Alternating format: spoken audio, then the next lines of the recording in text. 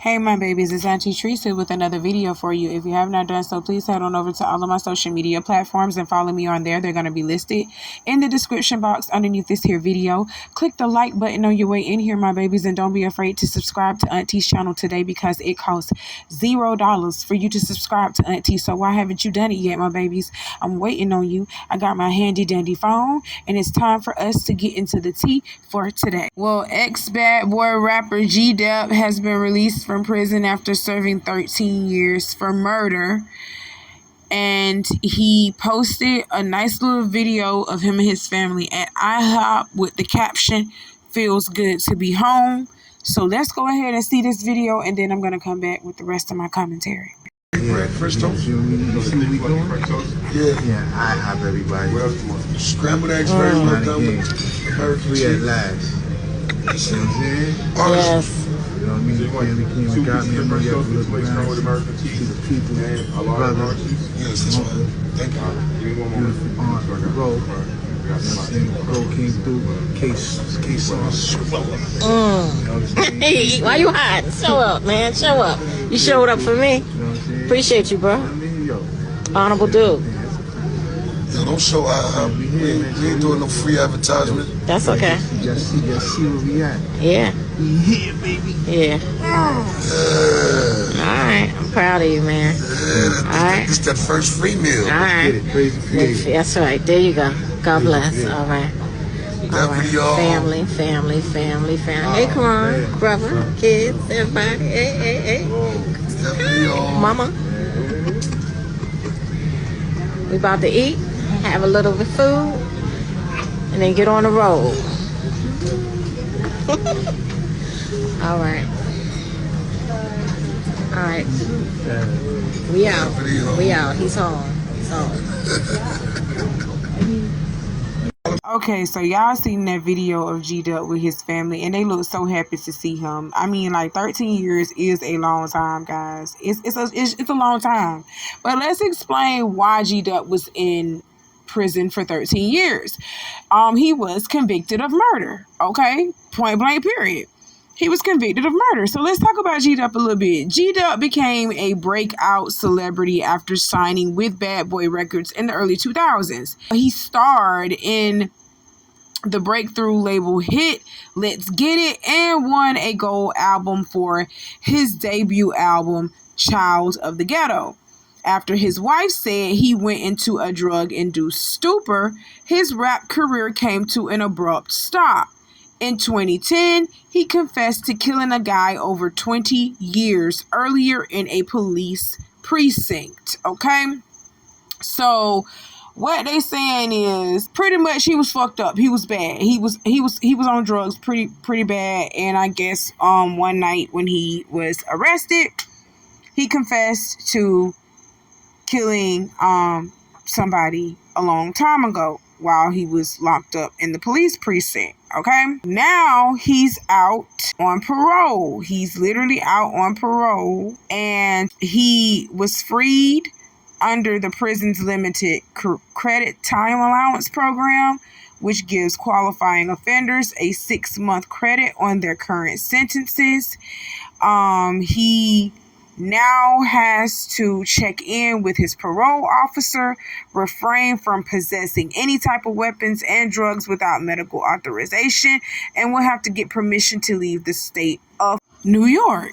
Now, that is pretty standard for newly released prisoners, okay? To be out on parole and they gotta go through the woodworks with the system, here in and here out with the system, okay? So that's pretty normal for him to be under supervision of some sort, you know? But what I want y'all to take a close look at is G-Dep was a part of Bad Boy Records, okay? That is P. Diddy's label. I told y'all in a earlier video, y'all need to go listen to Auntie when she talking, okay? I told y'all in a earlier video that no one associated under P. Diddy's label, Bad Boy Records, no one is successful underneath that label. No one, not one rapper. And I told y'all to drop down in the comments and name one rapper who has been successful out of the Bad Boy record label. Name one. Name one. Look at G-Dep. G-Dep got hooked on drugs so freaking bad, y'all. He got hooked on drugs so freaking bad that he went into a police precinct and confessed to a murder that he had did a ways back, a long time ago. And no one would have even considered him for the murder if he would have never even ran his mouth about it. But he was on drugs so bad that he went and started confessing his deepest, darkest secrets to the fucking police and spent 13 years in jail behind it. Okay? Nobody associated underneath Diddy has done anything good. Anything good. They are not successful. So you tell me, is it a Diddy curse? Is there such thing as a Diddy curse? Because everyone up underneath the Bad Boy record label, they're not successful today in 2024. Stop playing with me. And his big old ass, almost 50 years old, cause y'all heard what I said, he about 49. G-Dep almost 50.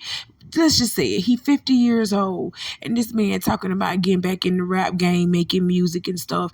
Sit your old ass down and enjoy the rest of your time left on earth. That's all you need to do. Sit your old ass down and enjoy the rest of your time that you have left on earth. If you got grandbabies, go ahead and enjoy them.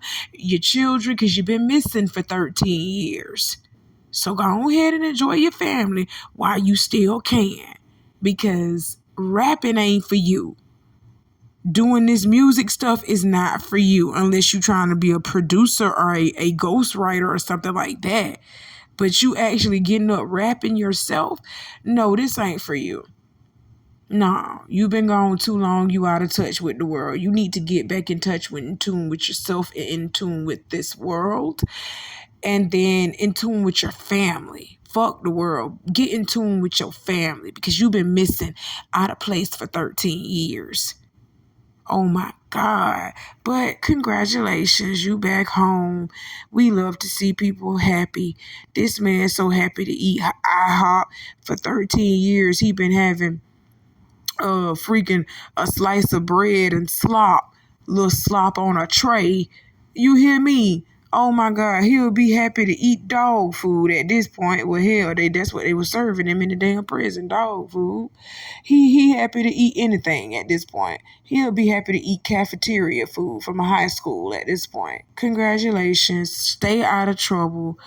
Do your supervision. Do what you're supposed to do. Do your provisions and get off, supervision. And you'll be okay. That's it. That's all. We on Desi Banks' page. He said you wasn't there for him. This day is outside his grandma's house on Thanksgiving. This is my car. Okay. My first Camaro. What we got? This Desi in my car, but I'm unsupportive though. Here you go again. You would think my car belonged to him. You in my car. And what date is that on there? Because he said you wasn't there for him. This 2014. 2014, March. Desi. This Desi again. Where you at? June 2014. You in my car. Now, who bought the shoes and the outfit for him? I don't think I paid for that. But I did used to buy him some stuff, but I ain't paid for that. It's Desi and his content. Where he at? In my car. Okay. This my boy again. Where he at? In my car. Okay. This July 2014. He said you didn't believe in his comedy or nothing. Where you at? This my car. I mean, it's everywhere. My car. Back when you was doing football before you even got into social media. That's Desi in my car. Damn. He where you at? In my car. Like, but I ain't did nothing though. Hey, you go praise the Lord in my car. But you say I ain't did nothing. Now now you making content. Now you putting content on social media. Where you shooting your content at, Desi? In my car. Like all your car scenes, where they come from? My car. You wanted to go train at Panther vehicle. Look at you. You was in my car. And now you at the stadium. That's how you got there. That's how you got to put in that work. But I'm unsupportive. Look at in my car. Making your skits. This December 20, you in my car. Like all this, you in my car. Where you at? The car wash in my car. We're done. Y'all gotta check out the whole interview with Desi Banks' ex Naisha, okay? She has fucking had it with Desi. In my car. All right, we done. All right, y'all. So that's Desi's ex-girlfriend, okay? And she went on Tasha K to set the record straight about what Desi said about her not being supportive towards his dream of trying to be a comedian, a Facebook comedian, okay? So let's listen to what Desi said first, okay? He was on Club Shay Shay. Let's listen to what Desi Banks said first, and then I'm going to come back with the rest of my commentary, okay? I read where an ex put you out. Oh, yeah. So tell that story. Yeah, that's when I was first, in my beginning stages of, really chasing my dream of comedy. And at the time, I felt like she didn't believe in my dream and my goals. I used to want her to support me so much. I thought there was gonna be a woman I was gonna be with. You know what I'm saying? I did a lot of stuff with her. You know what I'm saying? Every dime that I got, where I was working, I gave to her. The only thing I wanted to do was get me a haircut and pay my cell phone bill so I could, shoot my video. Right. But I felt like at the time the money, it wasn't coming fast enough. Right. It wasn't there. So she went to, you need to get a job, you need to do this, you need to do that. Well, I can't do this no more, so you might have to, go do something else. So it sent me to my grandmama's house. You know what I'm saying? So I was staying with my grandma for a little minute. And at that moment. But that happened at late at night, where that was like. Yeah. Like. So she put you out like 2, 3 in the morning? Yeah. And it's crazy. Like I cried. Like I cried. I was crying already. Like, when you chasing something, man, you trying to make this shit work. And man, I remember this shit like yesterday, bro. Like, I was trying to talk to her. She like, boy, if you don't go to sleep. I was like, what? Yeah, you know what I'm saying? Like, damn, like, okay. And that made me cry even harder. So I just walked in the living room and I was just like, damn, shit, like, all right, fuck it. You know what I'm saying? It is what it is. And like I said, I had this, I'm so spiritual, I'm so connected with God. I had this bubblegum rapper, man. And this bubblegum rapper that I held on for a little minute, I still got a picture on my phone. And man, it said stand-up comedy. I swear to God, it said stand-up comedy. And that was the thing that I was like running away from for a long time. Like I didn't want to do it. Cause I a little fear was kicked in when right. When it came to it. But I so crazy. I used to have these crazy dreams, bro. Like real talk. I used to have these crazy dreams while I was in like prison. Mm-hmm. Like when I was over there, I was in prison, and like the gates was open. Like the gates was open. Like come out. But I was so afraid to go out. You know what I'm saying? Mm-hmm. Like, you know what I'm saying? Because I couldn't see. I didn't know what was gonna happen. But God was like, well, I'm trying to give you freedom. Right. If you just trust me and lean out on your own understanding and just come out, you might can't see it because it's so the sun is so, but I promise you, when you step out, you gonna see. Okay, y'all heard what Desi Banks said on Club Shay Shay. And this interview happened in February. I didn't talk about Desi Banks' interview with Club Shay Shay because, like I said, I really wasn't interested in Desi Banks. I'm not really interested in Desi Banks like that. So I didn't watch that interview. But when I seen clips of him talking about his ex, it immediately rubbed me the wrong way. It immediately rubbed me the wrong way because I know somebody like Desi. To the point, the boy that I'm talking about right now, he looked just like Desi. His name ain't Desi, but he looked just like Desi. And the way Desi was explaining what was going on between him and his ex-girlfriend, and because I knew a person that looked like Desi and act like Desi, I already knew Desi was lying. I said Desi was lying. I said that. I said Desi lying. He doing that trying to get sympathy. He doing that for that sympathy route, trying to make his story a little bit more believable, trying to make y'all feel a little bit more for him, give a sob story and everything about what he done been through and his sacrifices. When first off, you gotta sacrifice in order to get what you want. Okay? You have to sacrifice in order to get what you want. So if you out here being homeless and shit, because you can't pay certain bills because you're trying to put all your money into making you bigger, so you're sacrificing a house right now. You're sacrificing a house. You're sacrificing a car. You're going to have to sacrifice something to get what you want out of this life. I'm sorry that, it has to be like that, but it has to be like that. In order for Auntie to have babies, I got to sacrifice my body. That shit, we gotta sacrifice something. That was just an example, okay? We gotta sacrifice something. So he was trying to make y'all feel for him. Like, he was really trying to make y'all feel for him when he said that about his ex. And then that's why his ex got on Tasha K and said what she said and revealed the truth. The way that I knew it was the truth. I knew it was something else going on with this story. He made it seem like this girl just, she didn't support nothing he did. She didn't support nothing he did. And every penny that he got, he was giving it to her and he wasn't pouring it into his content.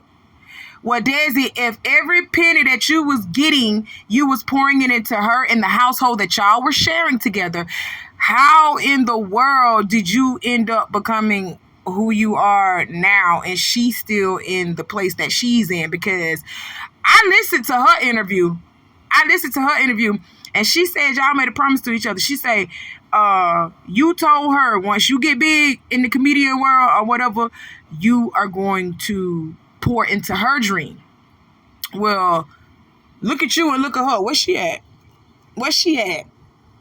Doing interviews on Tasha K, defending her name because you came up here on Club Shay Shay lying, talking about that girl that supports you, when you really need to start telling the truth about the situation, how this girl sacrificed and helped you to get to where you are, and you started shitting on her.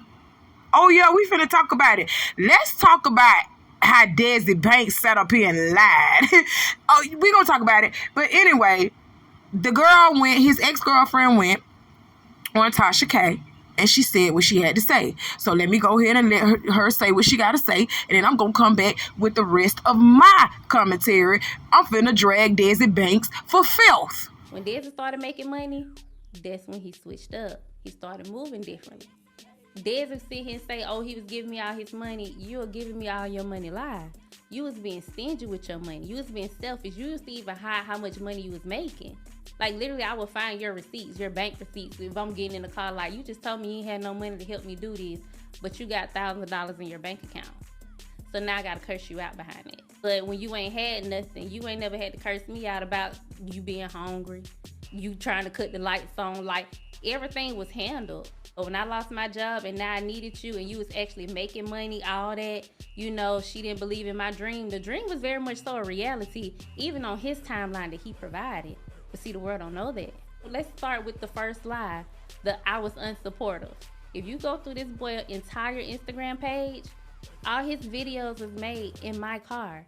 He didn't pay no car note, no insurance. He wasn't paying maintenance. You wasn't doing none of that.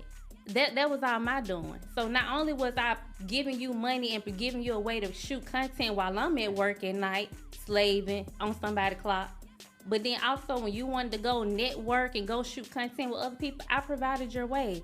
I gave you money for that, for you to do whatever you need to do. When you wanted to go be on the scenes, I made sure you had money in your pocket to do what you needed to do. Whole time I'm either at work, at school, at home. You gave this man an allowance to go do what he needed to do. I mean, I wouldn't say an allowance, but it wasn't like, it's an allowance. Like, I was a waitress. So, it was fast cash. I was working at Spun Digits. Okay. That was like, I was on my own the whole time while I was in college. So I was making fast money. So the whole time I would always be like, okay, once the household is taken care of and everything, what do you need? Like, what are you trying to do? Okay, that's what we'll give you the money for you to push for what you was trying to do with your career. I wasn't putting nothing into me because the whole time it was like, okay, when you make it, then we can focus on what I want to do. You can put back into me. But that time never came for me. So y'all heard that, and I just knew there was just more to this story, y'all. I just knew it. Desi looked like he was just doing too much for me. And he just kept skipping over words, talking about this happened like that, and I was like this, like that.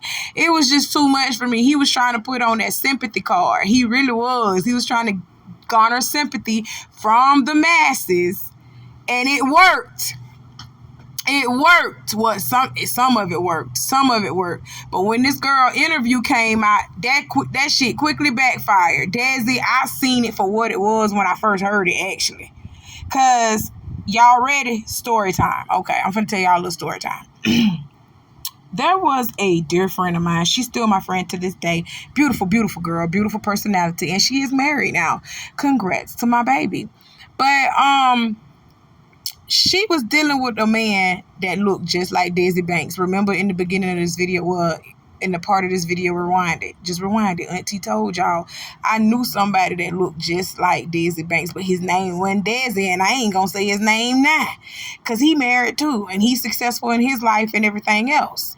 But he wouldn't have been successful the way that he was if it had not been for my friends. Okay? So let me tell you, this man had my friend literally putting him through school. And when he got done with school, it was hard for him to find a job. So he didn't have a job. He was still, marketing himself, putting himself out there. And nobody went picking him up. He fresh out of school. My friend was buying his clothes, giving him a roof over his head. He driving in her car. He eating her food. She could have literally put him as a dependent on her taxes. You hear me? She could have listed him as a dependent on her taxes. And just as soon as Buddy started getting up and started rising up a little bit, he started acting funky. He started acting funky, real nasty towards my friend. And then that's when the cheating happened. And then that's when a baby happened. Okay?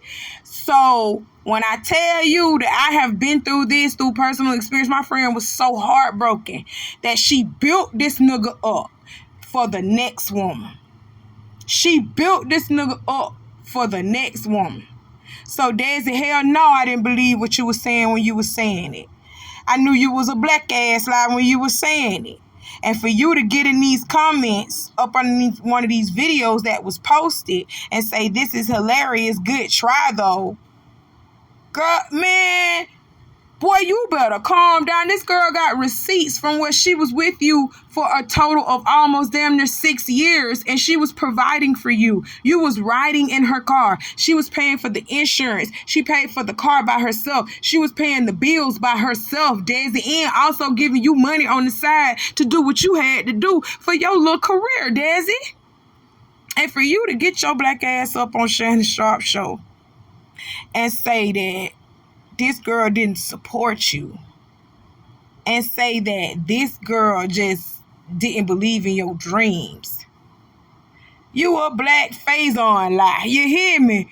A black phase-on lie. I can't stand no lying ass. I can't stand that. But you was doing that, trying to put sympathy on your struggles, on sympathy on your story and everything else. But let me tell y'all something. You have to sacrifice something in order to get something. It's always going to be like that. This man chose to do this. This is what he chose to do. And he chose to be with that girl and put that girl through that and say it's in the name of, supporting him. But then when he got up and got on his shit, he get on Shannon Sharp show and say that, oh, she put me out. She didn't support me. She didn't support my dreams. Desi, get off of my screen, please. And it's a lot of men out here like that too.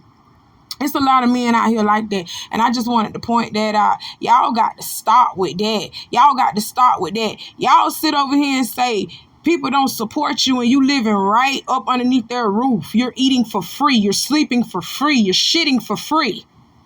You doing all of that for free, but ain't nobody supporting you? What is you talking about? How was you getting to the gigs? How was you getting to your shows? How was you making your content, Desi? You was doing that through that by the means of that woman, but she wasn't supporting you? I done had enough. Get him off of my screen. Okay, the last thing that Auntie want to talk to y'all about for today, y'all. May 10th was a horrible time for Tallahassee. 3 tornadoes, 2 of which were F2s. They came and they struck Tallahassee down. We okay, y'all. We recovering from it. It was a lot of damage done, a lot of trees, a lot of power outages. People was without power for doggone near 2 weeks. And there was one fatality during this dreadful storm. It was a woman. She was crushed by a tree in her home. And I just want to say prayers and condolences to her family. And we're still kind of like rebuilding here and getting our stuff together. So y'all just pray for us.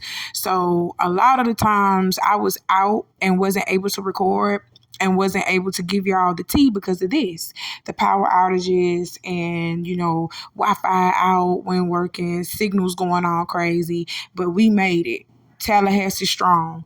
And I appreciate all of y'all prayers when I posted it the first time. If you follow me on social media, you would have seen when I posted it the first time. So I appreciate all y'all prayers for me down here. And I'm just going to keep pushing for y'all and making this content like Auntie know how to do, okay? So no matter what come my way, hell or high water, I'm going to get on YouTube to talk to my babies because I love y'all. So appreciate me. Appreciate me. If you haven't done so already, go ahead and hit that like button because I know you ain't done it. Go ahead and do that for Auntie, okay? Well, that's all that I got to talk to y'all about for today. I got some more coming for you later on. You know how Auntie do. Y'all be safe out here. I love you, my babies. Until next time, bye.